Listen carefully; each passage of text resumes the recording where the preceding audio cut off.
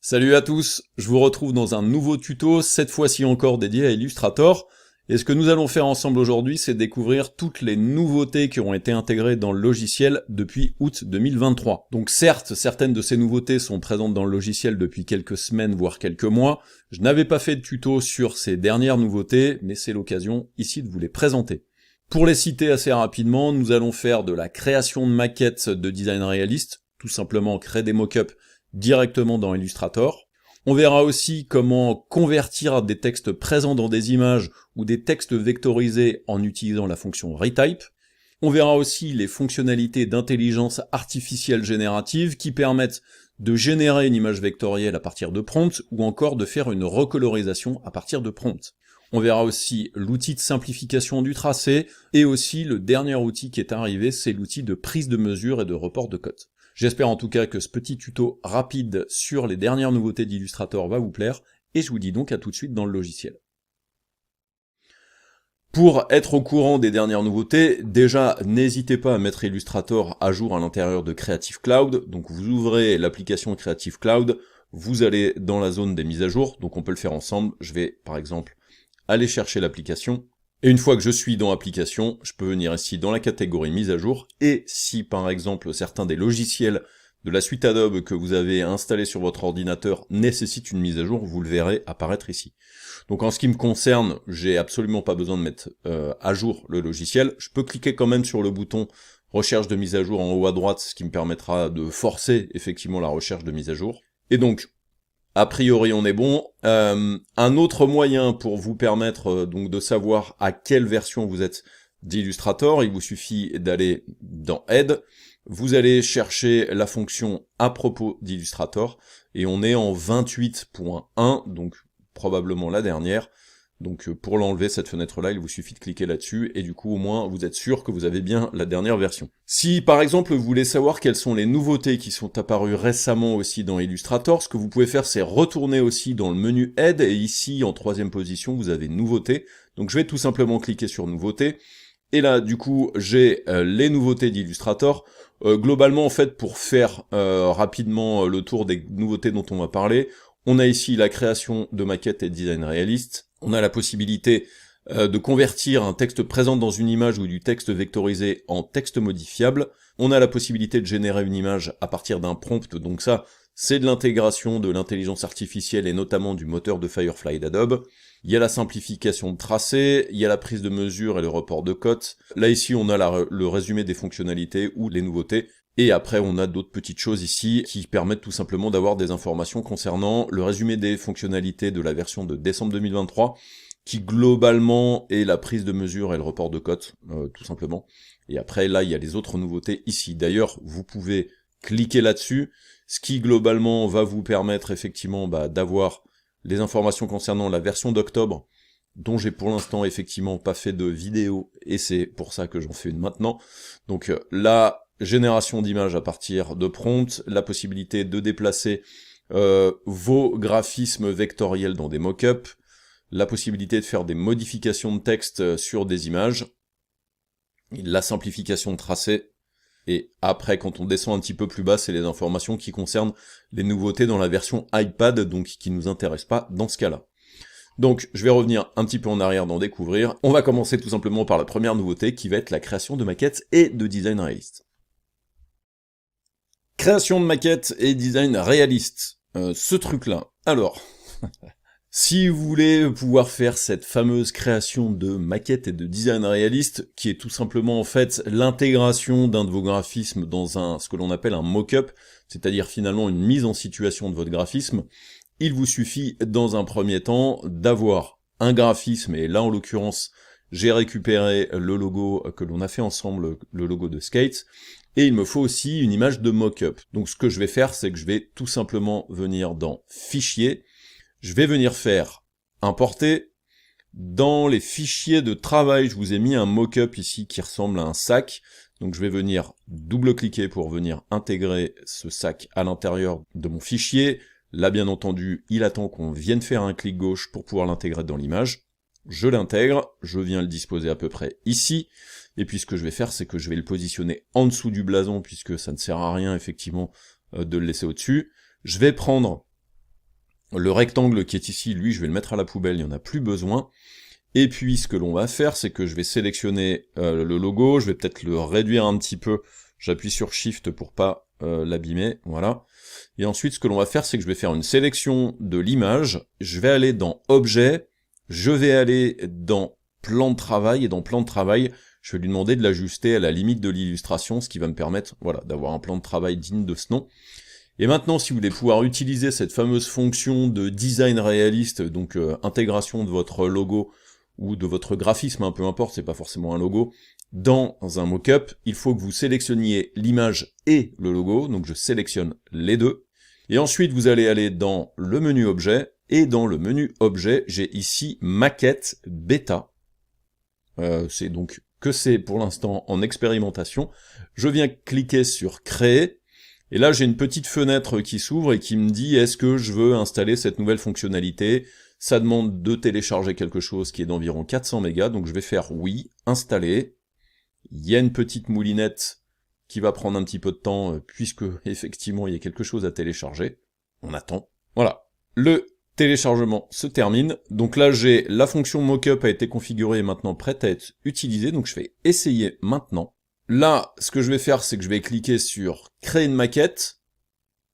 Je clique sur maquette, là j'ai une petite progression qui me permet en gros de faire un calcul plus ou moins intelligent effectivement de la manière d'intégrer le logo sur l'image, et là regardez, il essaie de l'intégrer directement, donc c'est pas nécessaire d'utiliser les mock-ups qui sont présents ici, et là en fait je peux venir sur mon image, je peux venir prendre les éléments qui vont me permettre de redimensionner mon logo sur l'image, je peux le déplacer de cette manière-là, je peux le tourner s'il le faut.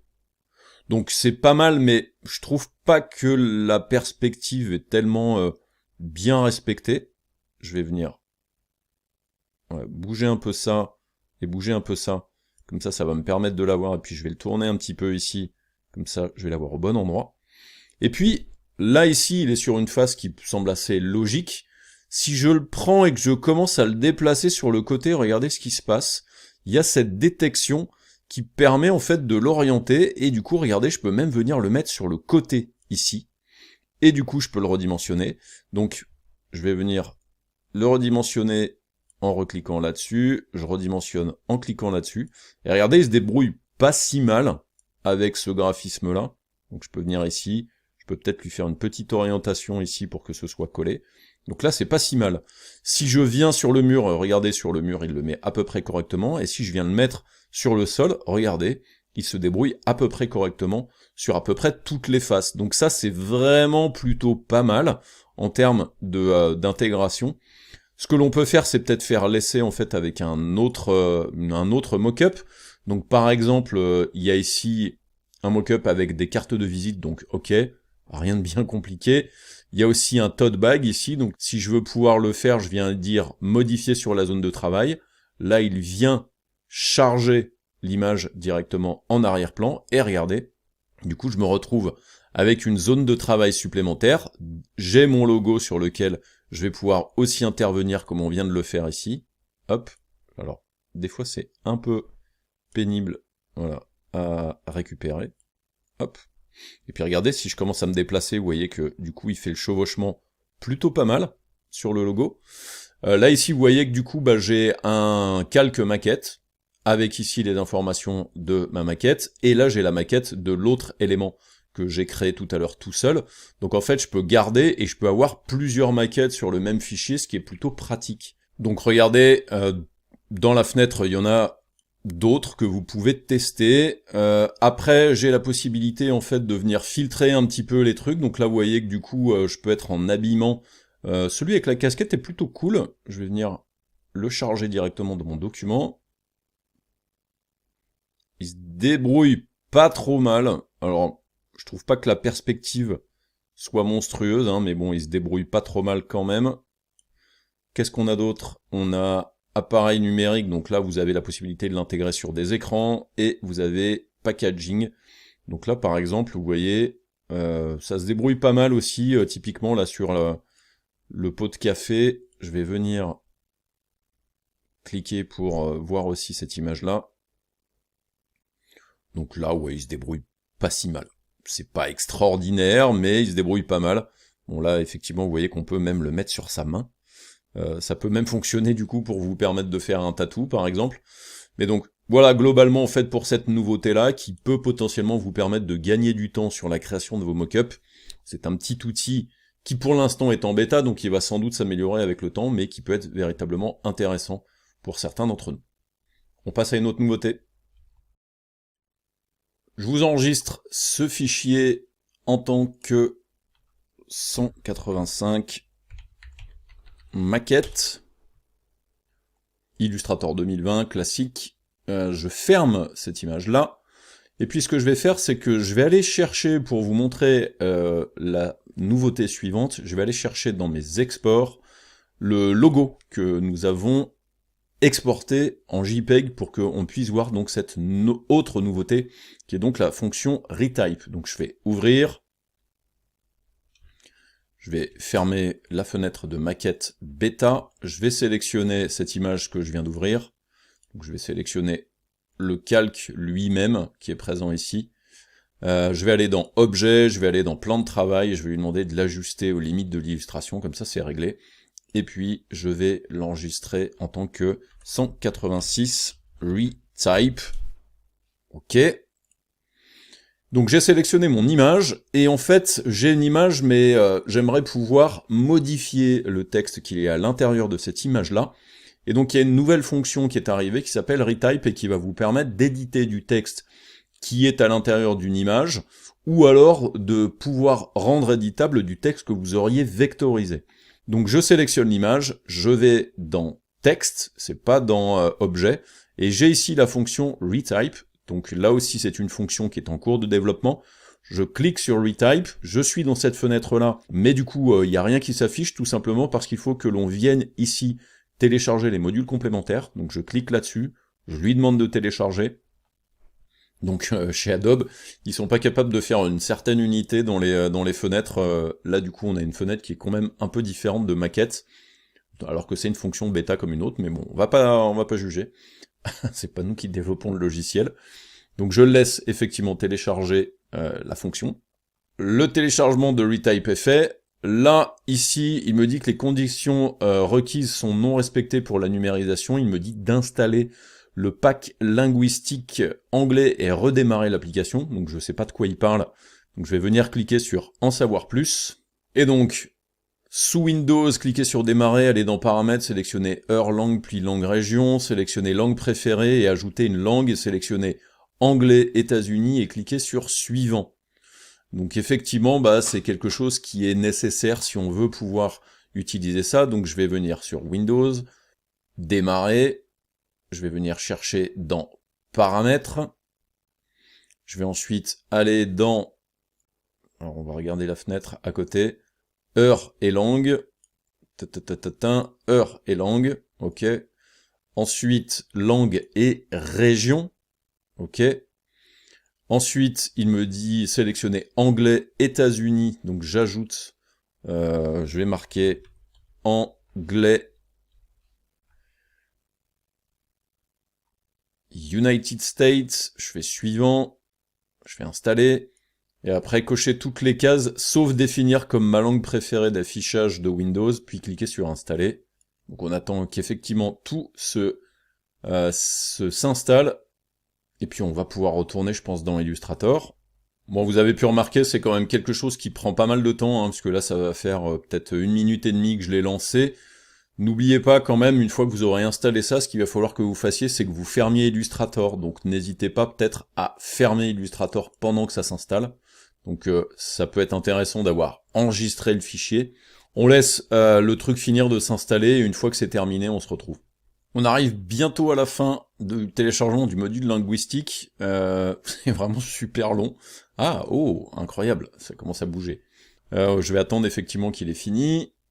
L'installation est quasiment terminée. On va quand même en fait faire un test. Je vais redémarrer Illustrator et on va regarder dans l'image que l'on a chargée s'il y a quelque chose qui va fonctionner. Illustrator redémarre. Je viens rechercher mon logo scale.jpg. Ok, je refais la même chose que tout à l'heure. Donc je vais faire une sélection de l'image, je vais faire un objet, je vais faire un plan de travail ajusté aux limites de l'illustration. J'ai la fenêtre de Retype qui est ouverte ici. Et vous remarquez qu'ici d'ailleurs il y avait une petite alerte qui nous disait est-ce que vous voulez utiliser Retype. Donc je vais pas l'utiliser de cette manière-là. Je vais le faire de la manière traditionnelle, c'est-à-dire aller dans le menu texte, Retype.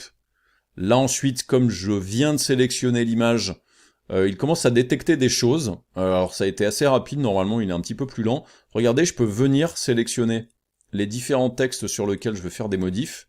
Je peux par contre pas en sélectionner plusieurs, malheureusement, ce qui est un petit peu dommage.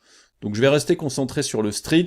Dans la fenêtre de Retype, vous voyez qu'en fait il me propose des petites choses. Donc il me propose tout simplement différents caractères potentiels qui pourraient me permettre de remplacer le texte. Donc je me souviens plus quelle est la police que l'on avait utilisée à l'époque. Tout en bas de la liste, si par exemple il y a des choses qui ne fonctionnent pas, n'hésitez pas à cliquer sur trouver des polices adaptées. Et donc vous pouvez potentiellement trouver encore d'autres choses. Donc vous voyez qui continuent de mouliner. Alors là clairement il n'y en a pas véritablement qui me conviennent par rapport à ce que l'on avait choisi. Comme je le disais, hein, je me souviens absolument pas de la police qu'on avait utilisée au moment où on a fait ça. Je vais prendre par exemple celle-ci, je la sélectionne, et après vous avez juste besoin de faire appliquer. Là il y a une petite moulinette qui va vous permettre tout simplement d'appliquer les modifications directement sur le texte. Là regardez, il a remplacé le texte, et regardez ce qui se passe dans vos calques ici. On a ici le texte qui est le texte éditable. Donc si je sélectionne cet élément-là, alors voilà, si je sélectionne cet élément-là, ça demande une petite moulinette. Là maintenant j'ai mon texte éditable, je peux le cacher. On remarque que du coup notre image, elle, a ici quelque chose qui du coup a supprimé le texte à l'intérieur de l'image. Donc après, ce qui pourrait être pas mal, c'est même de faire une vectorisation de l'image, comme ça vous permettra d'avoir quelque chose de complet. Mais du coup, ça fonctionne plutôt pas mal.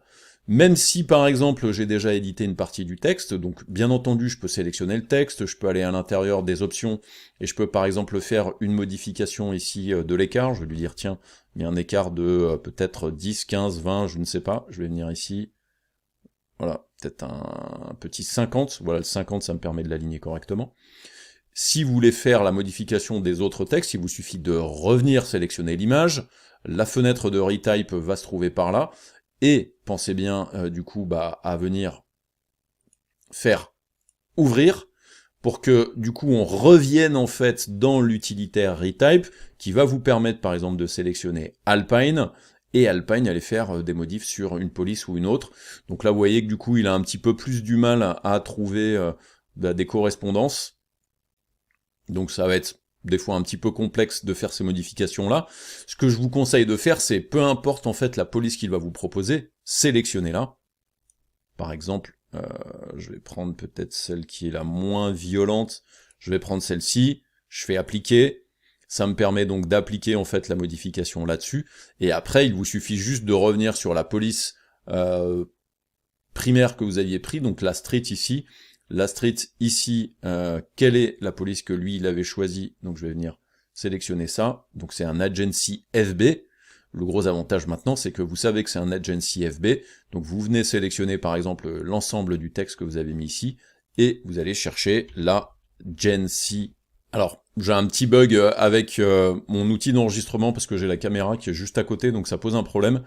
Je vais me mettre en off et je vais changer tout simplement la police. Voilà, j'ai pu le modifier, donc c'est bien effectivement un bug qui est dû à mon enregistrement. Donc, n'hésitez pas, effectivement, si par exemple la dimension de la police ne vous convient pas, venez faire après des modifications. En gros, voilà, c'est du texte éditable comme un autre, donc même si par exemple à un moment donné vous ne retrouvez pas la police qu'il faut, transformez-le en texte, peu importe la police, et après, allez lui appliquer la bonne police. Ça, c'est quelque chose que l'on a fait uniquement sur une image. On va regarder comment ça se passe dans un fichier Illustrator dans lequel on aurait vectorisé les textes. Je vais fermer Notre image, je vais aller réouvrir le logo Skate 138 fichier Illustrator dans lequel normalement nous avons du texte. Donc si je prends l'outil de sélection et que je clique sur le texte qui est ici, donc le texte Street, je vais venir ouvrir un petit peu ce qui se passe dans ce groupe. Je vais tout virer du groupe, clic, voilà, je sors tout. La raison pour laquelle je sors tout, c'est que justement en fait je veux sélectionner Street, je veux sélectionner Grenoble, qui est un texte, le 84, le 19, le Alpine Team, et tout simplement ce que je vais faire, c'est que je vais les vectoriser. Donc c'est une technique qu'on utilise en règle générale, enfin qu'on utilisait il y a quelques années en arrière, qu'on utilise encore de temps en temps, quand on veut être véritablement sûr que un imprimeur, ou en tout cas la personne qui va récupérer le fichier Illustrator, a bien la forme des textes que l'on a imaginés, tout simplement parce que si par exemple vous utilisez une police spécifique et que la personne à qui vous donnez le fichier n'a pas cette police sur cet ordinateur, il se peut que du coup le graphisme de manière générale soit modifié. Donc on fait des vectorisations dans ce cas-là. Nous en l'occurrence on le fait pas pour cette raison-là, c'est qu'on veut voir justement si Retype est capable de se dépatouiller avec tout ça. Je vais d'ailleurs fermer la fenêtre de Retype, et donc je vais dans texte, je vais choisir vectoriser, et là maintenant ça devient un graphisme vectoriel, c'est des tracés, je peux tout à fait venir ici par exemple avec mon outil de sélection direct, et je peux potentiellement venir, alors je vais faire un petit CTRL-Y pour être en mode tracé, effectivement, et je pourrais venir ici faire des modifications pour modifier mon graphisme de mon texte. Je refais CTRL-Y pour repasser en mode normal, et puis du coup, là je suis dans mon image, donc je vais sélectionner mon logo, je ne sais pas si ça aura véritablement un intérêt, je vais aller dans texte, je vais aller dans Retype, donc là il y a une petite moulinette à nouveau qui du coup fait son truc, et là du coup, il me propose encore une fois de pouvoir sélectionner Street, et là par exemple je pourrais lui dire, tiens prends le condense celui-ci, là globalement il retrouve peut-être un petit peu mieux finalement des textes qui sont assez ressemblants, ou alors je peux prendre le Ramagotic Heavy, je fais appliquer, il y a donc la petite moulinette qui va se passer, et là du coup il m'a changé le texte, et après bien entendu, je peux venir prendre mon outil de texte et faire les modifications. Donc, Retype, ça marche soit sur une image, soit sur un élément vectoriel, sur un graphisme vectoriel, ça peut être du SVG, ça peut être de l'EPS, ça peut être bien entendu un fichier Illustrator, mais ça peut vous permettre de récupérer la possibilité d'édition d'un texte vectorisé. Voilà tout simplement pour Retype. On passe à la nouveauté suivante. Dans la fenêtre de nouveautés que nous avons regardée tout à l'heure en allant dans l'aide, donc nouveauté, il y a une nouveauté en fait auquel je pense, mais qui n'est pas disponible dans cette fenêtre-là, en tout cas elle n'est absolument pas abordée, c'est ce que l'on appelle la recolorisation générative. La recolorisation générative, c'est la possibilité par intelligence artificielle générative de vous donner des propositions de modification de couleurs. C'est quelque chose que vous allez trouver à plusieurs endroits différents. Alors ce que je veux faire, c'est sélectionner en fait la totalité de mon illustration. Donc ça, c'est le fichier R8 final que nous avons fait ensemble dans la formation. Donc je sélectionne la totalité de mon graphisme, et je vais aller dans Édition, je vais aller dans Modifier les couleurs, et dans Modifier les couleurs, je peux venir chercher Recoloration générative. Une autre manière d'y accéder, je refais un petit CTRL A pour sélectionner tout, c'est d'ouvrir en fait la fenêtre de guide des couleurs, donc je clique là-dessus, et dans la fenêtre de guide des couleurs, j'ai ici cette icône-là qui va me permettre de modifier ou d'appliquer des couleurs, donc je peux cliquer là-dessus, ce qui me permet d'avoir accès ici à des nuanciers différents, et si vous regardez ici, j'ai ici recoloration générative qui du coup va m'ouvrir cette fenêtre-là. Je vais revenir en arrière, je vais faire un petit CTRL Z, et on va le faire plutôt en allant dans Édition, Modifier les couleurs, Recoloration générative, et ça m'ouvre cette fenêtre-là. Donc, soit vous pouvez aller dans Redéfinir les couleurs, qui est cette possibilité-là en venant choisir des nuances par rapport du coup à des couleurs automatiques. Donc après vous pouvez choisir une couleur, 2 couleurs, 3 couleurs. Vous pouvez aussi choisir des thèmes de couleurs. Donc ça c'est des possibilités. Donc je peux choisir boisson par exemple. Donc ça, c'est des possibilités qui existent depuis quelque temps dans Illustrator, mais moi, ce qui m'intéresse, c'est donc la recoloration générative. Donc je vais refaire un CTRL-Z pour revenir en arrière à l'endroit, voilà, de l'image de base. Et là, en fait, la recoloration générative, ça va vous permettre, soit à l'aide de prompts, c'est-à-dire vous donner des indications, soit à l'aide d'exemples, ou encore à l'aide d'autres choses, d'ajout de couleurs, ça va vous permettre, du coup, eh bien, de donner des ambiances de couleurs différentes. Donc je vais commencer plutôt par une invite, je vais lui dire festivité mexicaine, par exemple, on va voir ce que ça peut donner. Je valide avec entrée. Là, du coup, il y a un petit calcul qui se fait, qui peut prendre plus ou moins du temps, parce que c'est tout simplement un envoi vers les serveurs d'Adobe pour que l'intelligence artificielle sur serveur fasse le calcul et vous renvoie les informations. Et là, du coup, il me donne des variantes, donc ça me permet, par exemple, de venir choisir une variante, deux variantes, une troisième variante ou une quatrième variante. Vous avez 3 petits points ici sur lesquels vous pouvez ici sélectionner et modifier les couleurs, supprimer et lui dire « ouais, super, bon résultat » ou « bof, mauvais résultat ». Il y a la possibilité aussi d'ajouter des couleurs, c'est-à-dire que sur le petit plus qui est ici, vous allez pouvoir lui dire « tiens, mets-moi du rouge, mets-moi du vert », donc je rappuie sur le plus à chaque fois, « mets-moi du blanc », ce qui correspondrait un petit peu aux couleurs du drapeau mexicain. Je reclique sur « générer », du coup il va me refaire 4 propositions à l'aide toujours du même prompt et aussi des couleurs. Donc j'ai cette proposition-là, cette proposition-là, cette proposition-là, et celle-ci.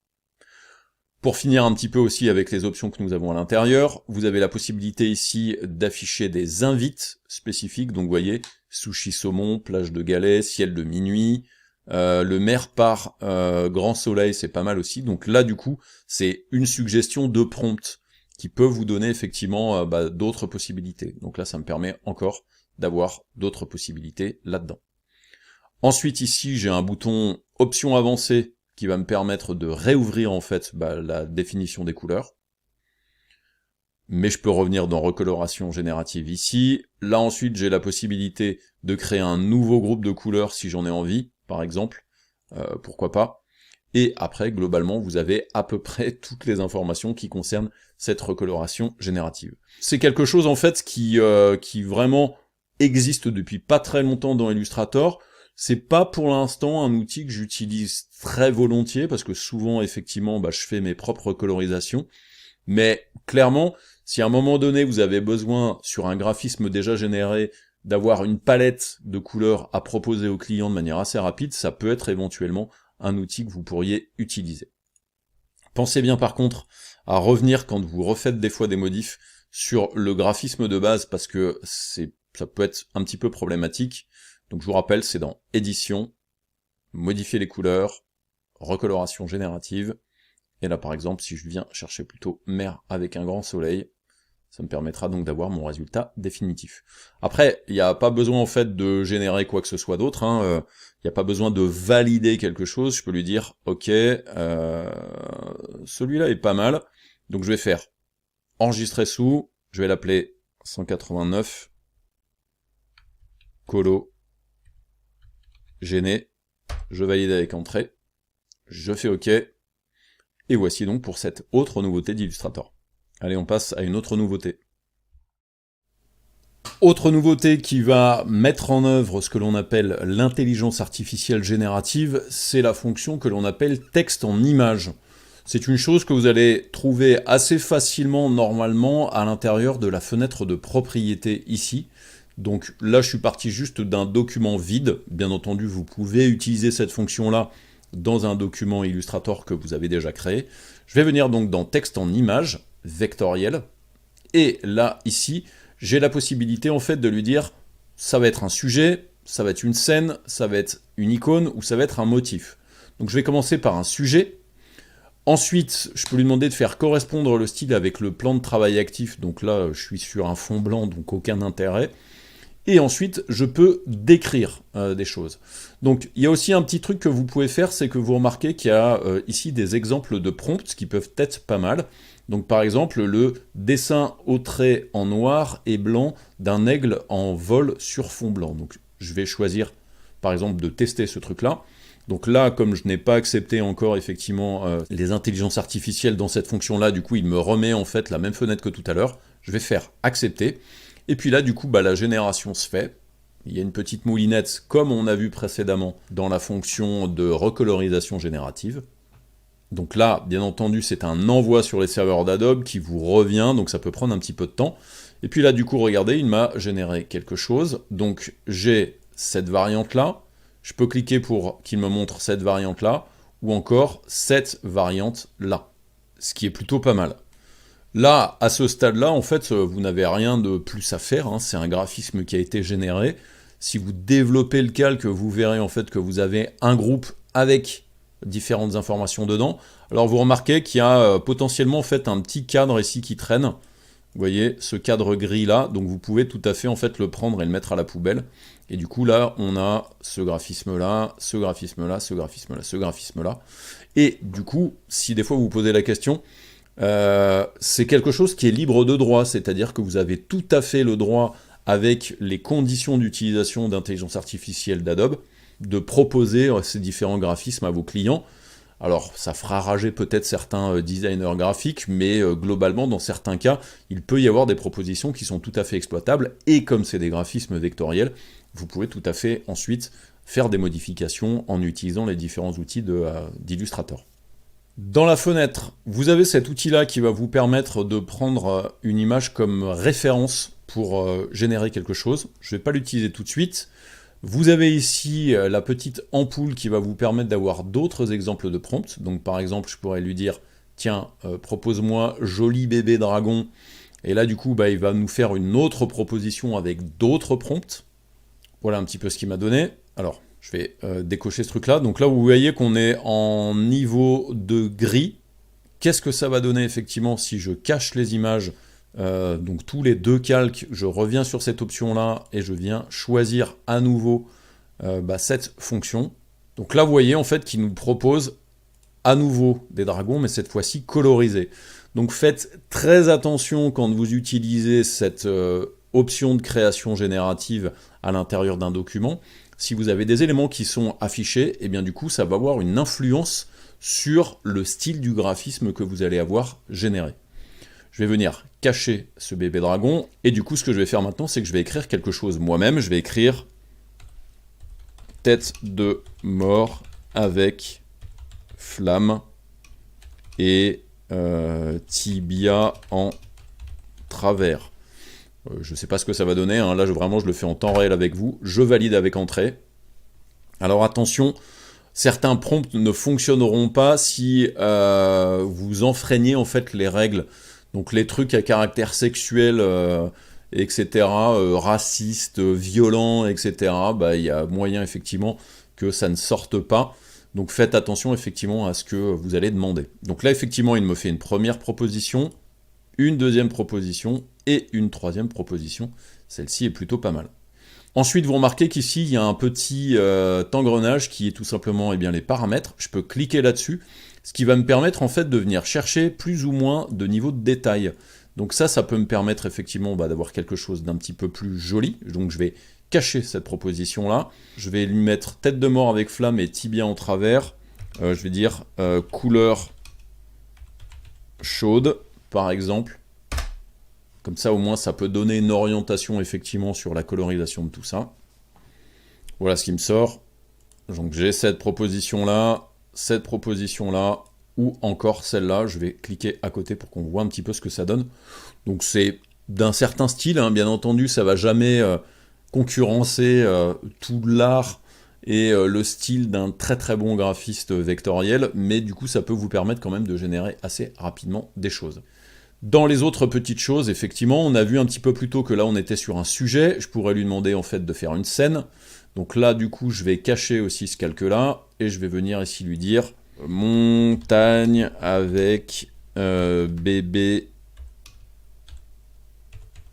skieur dans la neige. » Franchement, idée toute pétée qui me vient comme ça à la seconde. Donc là, encore une fois, hein, un petit peu de temps sur ce qui est en train d'être généré. Donc vous voyez qu'en fait, dans la progression, on a d'abord le tracé qui arrive, et puis après, il y a les différentes ambiances. Donc voilà ce qu'il me propose, ces petits trucs-là. Donc ça ressemble pas véritablement à des bébés skieurs, mais bon, globalement, voici ce que ça peut donner. Là aussi, n'hésitez pas à donner des indications sur le style, sur les couleurs, etc., etc. Donc ça, c'était scène. Ensuite, je peux lui demander en fait de me faire une icône. Je vais lui dire icône de skate, par exemple. Je valide avec entrée. Donc petite moulinette. Ce qui va me faire un petit peu peur, c'est que j'ai laissé en fait le calque de la montagne qui apparaît.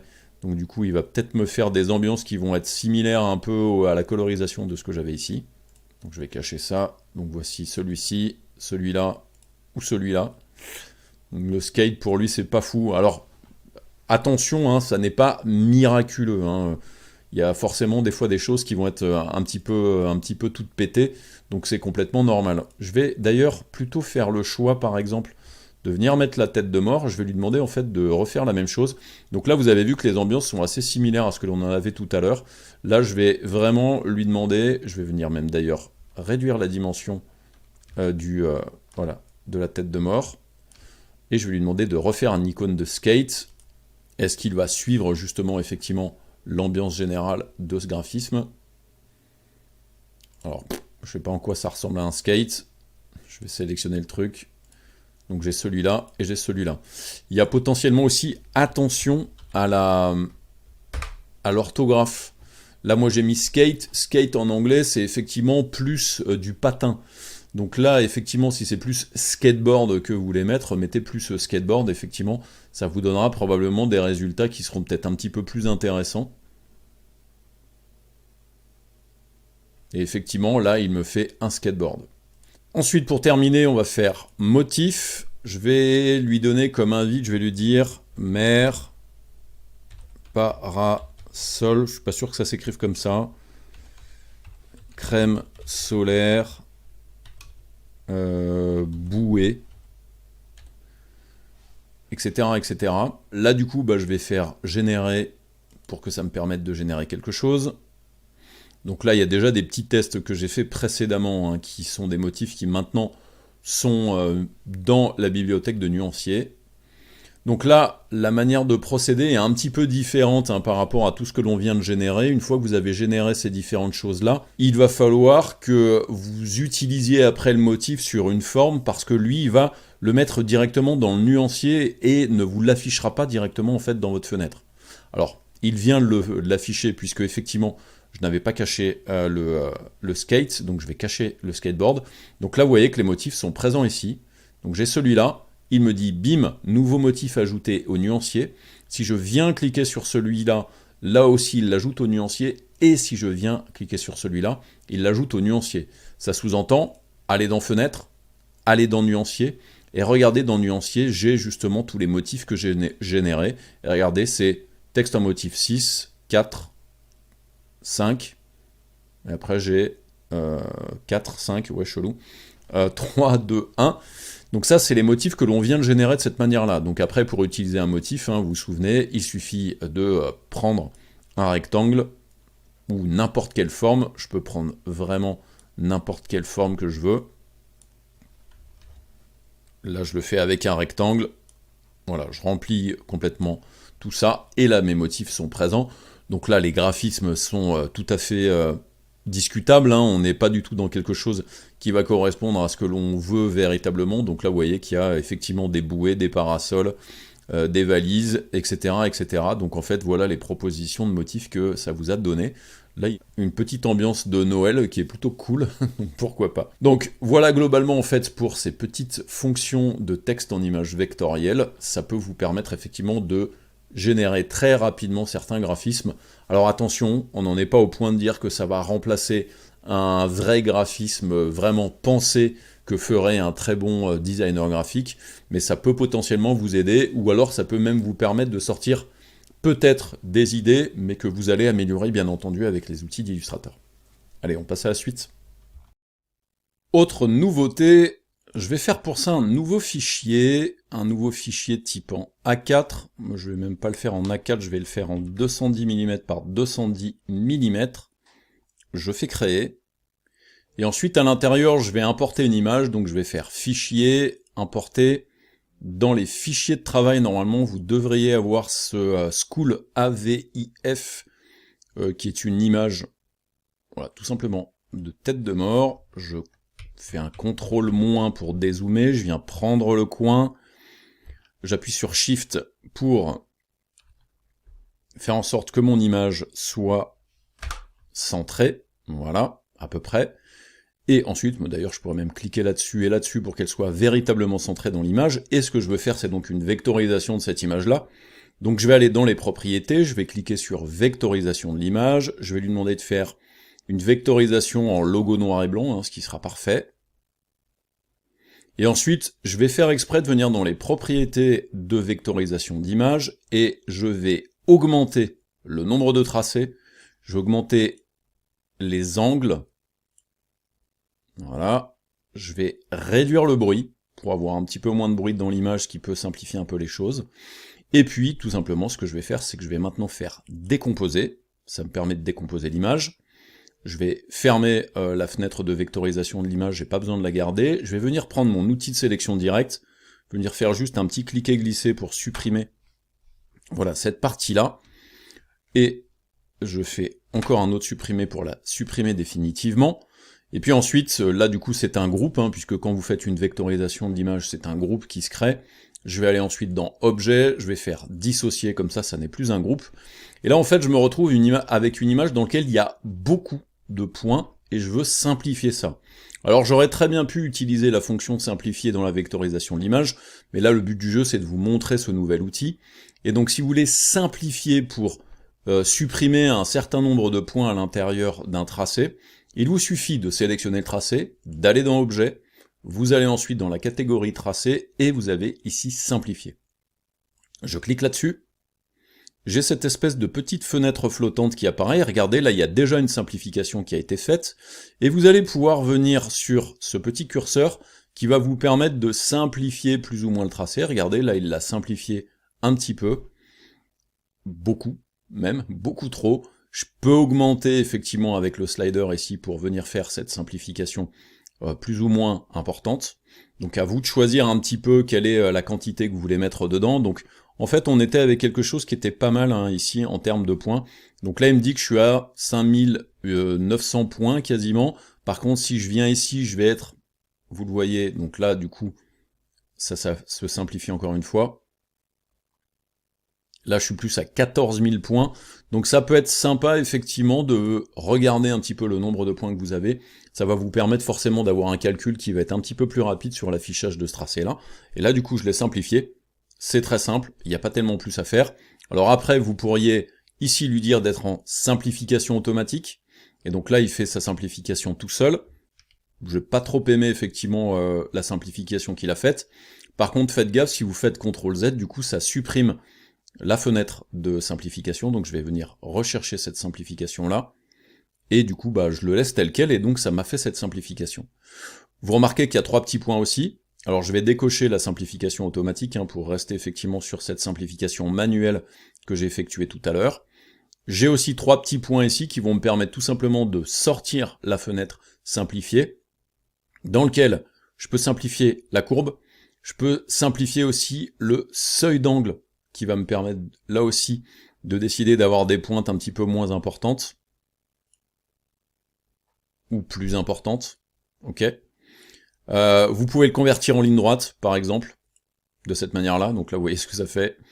Donc là je vous le déconseille, hein. Vous pouvez afficher le tracé d'origine, ce qui peut vous permettre de faire un comparatif entre les deux. Et vous pouvez conserver en fait les paramètres les plus récents et ouvrir directement cette boîte de dialogue là par exemple. Donc là en fait, la simplification d'origine, vous le voyez, on était avec plus de 20 000 points. Là du coup en simplifiant de cette manière là, je suis à 4200 points et quelques. Donc si je fais OK, là ça m'a fait la simplification. Voilà, donc un outil très simple à utiliser qui va vous permettre de simplifier soit lorsque vous avez vectorisé une image, ou alors lorsque vous avez dessiné des choses de manière un petit peu trop complexe, notamment c'est le cas quand vous faites des tracés à main levée par exemple avec le crayon, là au moins ça vous permet d'avoir une simplification très très rapide à mettre en œuvre. On passe à la suite. Dernière nouveauté, c'est l'outil de mesure. Pour ça on va faire un truc très simple, on va faire un nouveau fichier, je vais faire un fichier A4 comme d'habitude, plutôt en paysage, je fais créer, et puis je vais créer deux géométries différentes, je vais créer une ellipse, voilà, comme ça, et ensuite je vais créer un outil polygone classique de cette manière-là. Voilà, j'appuie sur Shift là pour le créer, je vais déplacer cet élément-là, puis je vais leur donner des couleurs un petit peu plus folichonnes. Je vais venir lui donner une couleur rouge à celui-ci. Le cercle, je vais lui donner une couleur, allez, un vert un peu cacadois, pourquoi pas. Pas de contour, ok. Et donc, l'outil de mesure, vous devriez le voir apparaître ici. Donc si vous ne l'avez jamais utilisé, il est possible qu'il y ait un espèce de petit rond bleu qui signifie tout simplement que c'est un outil tout neuf. Pour l'utiliser, c'est très simple. Donc bien entendu, il faut avoir des éléments à l'intérieur de votre fichier Illustrator. Alors moi, c'est un outil que j'ai encore jamais véritablement utilisé de manière professionnelle, puisqu'il vient d'arriver.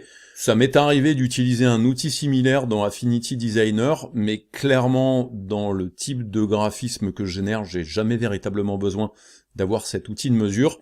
Maintenant, c'est vrai que ça peut être extrêmement pratique, surtout pour les gens qui vont créer des documents amenés à être imprimés, ou alors même les gens qui font des packaging. Ça, c'est extrêmement pratique, notamment si vous avez vraiment besoin d'avoir la visualisation des cotes de l'objet que vous êtes en train de mesurer. Donc je vais venir sélectionner cet objet-là, et on va commencer déjà dans un premier temps par un outil tout simple. Donc vous voyez qu'ici vous avez cet outil-là qui apparaît, dans lequel vous avez trois outils différents. Vous avez la cote linéaire, qui va vous permettre de mesurer un objet, et regardez, sans rien faire, là il est juste activé. Quand je viens par exemple sur ce côté-là, il me donne là une mesure qui est pour l'instant rose, qui est une mesure virtuelle entre guillemets, puisque je n'ai encore rien cliqué, et si je viens sur n'importe lequel des côtés de mon objet, effectivement, je vois la mesure qui est de 45 mm. Si vous vous mettez entre plusieurs objets, vous pourrez potentiellement mesurer des choses, mais là, il va falloir faire des clics entre les deux objets. Si je viens, par exemple, sur mon cercle, là, sur mon cercle, en fait, on voit qu'il ne se passe rien. Si je veux faire des mesures de cercle, il faudra que je prenne l'outil adéquat. Donc avec cet outil-là, si je viens sur la cote linéaire ici, si je viens là, regardez, je viens sur ce morceau-là, donc je viens à l'intermédiaire, pas sur le point, vraiment à l'intermédiaire ici, et là je clique, je maintiens cliqué, et je peux pousser ma cote de cette manière-là, toujours avec le clic gauche maintenu cliqué, et quand je vais relâcher, il va me créer une dimension, et regardez, j'ai automatiquement un calque de dimension qui se crée, dans lequel j'ai un objet de dimension qui est présent ici. Sachez que lorsque cet élément-là a été créé, quand je vais venir cliquer dessus, là je vois qu'il y a des petites choses que je peux modifier. Je peux par exemple modifier la hauteur de tout ça. Malheureusement, là je n'ai pas de possibilité de faire de modification de l'aspect de tout ça. Vous remarquerez par contre que vous avez ici un petit engrenage qui sont les options d'outils, donc je vais venir cliquer dessus. Et là maintenant, je vais pouvoir modifier différentes choses à l'intérieur. Je vais pouvoir modifier l'unité. Donc là, on reste globalement, normalement, en unité de document, mais rien ne vous empêche de passer en unité de pixels. Ensuite, vous avez des informations sur la mise à l'échelle, des informations sur la précision. J'ai après des informations qui vont me permettre de modifier la dimension des lignes, donc je peux venir choisir une dimension précise. Je peux choisir un type de ligne qui est une ligne continue, une ligne tiretée ou une ligne pointillée. Je peux choisir la couleur de la ligne, donc je vais mettre par exemple un bon gros vert fluo par exemple. Alors je vais prendre du tireté. J'ai ensuite des flèches différentes, donc je vais prendre flèche 9. J'ai une échelle de flèches. J'ai après les lignes d'extension qui là aussi sont avec une certaine épaisseur de trait. Je vais là aussi lui mettre une couleur qui est à peu près similaire. Alors je vais venir prendre cette couleur là. Je peux lui mettre un décalage, je peux lui mettre une extension pour que en fait l'extension aille au-delà du trait. Donc je peux lui dire tiens, fais une extension de 10 points par exemple. Je peux lui demander de cacher les lignes d'extension. Et après j'ai même en fait la possibilité de changer le texte. Donc le texte, je vais lui mettre peut-être plus Moi, je suis plus un gros fan de mon pote Arial, s'il est là un jour. Arial, régulière. Je peux choisir ensuite le point, je peux choisir ensuite la couleur, donc je vais rester dans un espèce de vert fluo là aussi. Ensuite, j'ai la position, donc là, regardez, le texte est au-dessus, mais il peut être au-dessous, il peut être sur le côté, il peut être centré, ou alors il peut être sur le côté, et je peux lui créer aussi un décalage. Donc là, je vais lui créer un décalage de 5 points uniquement, ça suffira, et je vais lui demander d'être centré. Ensuite, je fais OK. Donc là, il y a effectivement des modifications qui ont été faites, mais du coup, je vais retracer quelque chose, cliquer, je maintiens cliquer, je trace, et là, regardez, maintenant, j'ai une valeur en pixels, j'ai bien la forme de ma flèche, j'ai bien les décalages que j'ai choisis, etc., etc. Donc ça peut vous permettre de régler un petit peu tout ça comme vous en avez envie. Je vais revenir quand même dans les propriétés, je veux pas être en pixels, je veux vraiment être dans l'unité du document, et puis les autres informations que j'ai données sont correctes.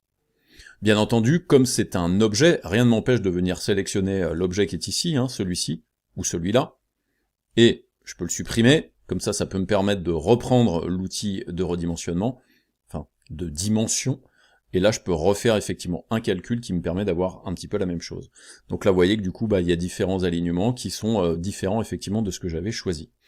Ensuite, j'ai ici l'outil de cote angulaire. Lui va me permettre de venir directement, vous le voyez ici, et regardez, là je peux venir faire ma cote angulaire qui est du coup à 120 degrés. Ok, ça c'est plutôt pas mal. Alors là du coup la cote angulaire ne va pas du tout, en fait je vais retourner dans les propriétés parce que du coup j'ai un petit peu modifié des trucs n'importe comment, donc je veux effectivement plutôt avoir la position de ce côté-là, et je vais lui redonner un décalage de 10 points, ce sera quand même beaucoup plus sympa. Et donc si je viens là, et que je viens sur cette cote-là, du coup, il me permet d'avoir cette cote angulaire. Alors si j'ai un conseil à vous donner, donc vous avez la cote angulaire, alors attention, sur la manière de créer cette cote angulaire, si vous faites juste un clic là, il vous met la cote angulaire à l'intérieur, ce qui n'a pas tellement d'intérêt. Je vous conseille plutôt de faire un clic, maintenu cliquer, et là du coup ça me permet d'avoir, si je vais vers l'extérieur, la cote angulaire externe. Si par contre je viens sur le coin ici, je clique et je maintiens cliquer, là ça me permet d'avoir la cote angulaire interne. Ensuite, dernière autre option, je peux venir ici sur cet outil-là, qui est l'outil de cote radiale. Donc là, ce que je vous conseille de faire, c'est vous venez véritablement ici à l'intérieur. Alors là, la visualisation est pas terrible. Donc là, si je clique, je maintiens cliquer, là du coup ça me permet d'avoir le rayon. Ensuite, si je refais la même chose, je clique, mais par contre je maintiens cliquer vers l'intérieur et pas vers l'extérieur, ça me permet d'avoir le diamètre. Donc je refais, je fais un petit CTRL Z, je viens sur le bord ici, clique vers l'extérieur, donc je clique gauche, je maintiens cliquer vers l'extérieur, rayon, je clique, clic gauche, je maintiens cliquer, mais je clique gauche vers l'intérieur, là ça me fait le diamètre. Il y a un petit truc que j'ai oublié, concernant la cote, c'est la cote linéaire, qui va aller d'un objet à un autre. Là, du coup, en fait, vous n'allez pas faire la cote en sélectionnant un côté, regardez, je vais venir faire un clic, et ensuite, je relâche le clic, et regardez, ça me permet d'avoir cette option-là, qui va me permettre, alors je peux appuyer sur Shift pour aller faire un verrouillage vertical et horizontal, mais moi, là, du coup, c'est plutôt vers ici que je veux l'avoir, je viens cliquer ici, je viens là, et hop, regardez, ça m'a permis de sortir ma cote entre les deux objets. Donc ça, c'est des choses qui peuvent être extrêmement pratiques pour vous permettre de mesurer vos documents. Voilà, on a fini avec cette nouveauté, pas très compliqué à utiliser. Clic gauche, maintenu cliquer ou pas maintenu cliquer, et ça vous permet de faire des cotes de dimension de vos objets, de distance entre les objets, de rayons d'angle, de rayons et de diamètre d'ellipse, mais aussi d'angle de certaines parties de votre objet. Ce chapitre qui vous a permis de découvrir les dernières nouveautés d'Illustrator qui sont sorties entre le mois d'août et le mois de décembre 2023 est désormais terminé. Donc on a pu voir toutes les dernières nouveautés, on a pu voir l'outil qui vous permet de créer des maquettes, donc plus ou moins ce que l'on appelle des mock-ups. On a pu voir aussi comment convertir un texte présent dans une image ou du texte vectorisé, et donc la possibilité de rendre le texte éditable. On a pu voir la génération d'images vectorielles à l'aide d'intelligence artificielle générative, et on a vu aussi l'outil de recolorisation générative. On a vu ensuite l'outil de simplification du tracé, et on a fini donc par cet outil de dimension qui va être extrêmement pratique pour les gens qui créent des documents dans lesquels les mesures sont importantes, ou alors les gens qui font des packaging. Si vous avez découvert ces nouveautés à travers le tuto gratuit, mais que vous êtes en recherche de nouvelles compétences dans Illustrator, n'hésitez pas à aller faire un tour sur la plateforme tuto.com et aller voir ma formation dédiée à Illustrator, apprendre Illustrator de A à Z. Pour la trouver, c'est très simple, vous allez sur la plateforme tuto.com. Normalement, elle est encore présente dans les formations complètes populaires, c'est celle-ci, apprendre Illustrator de A à Z. Donc c'est une formation qui, avant que je mette ces nouveautés, était environ de 18h30. Là, on doit être à peu près à 19h de formation, sans aucun doute. Donc je vous remercie d'avoir suivi ce tuto sur les nouveautés d'Illustrator, et je vous dis à très bientôt sur tuto.com pour d'autres formations dédiées à Illustrator ou dédiées à d'autres logiciels. Allez, salut!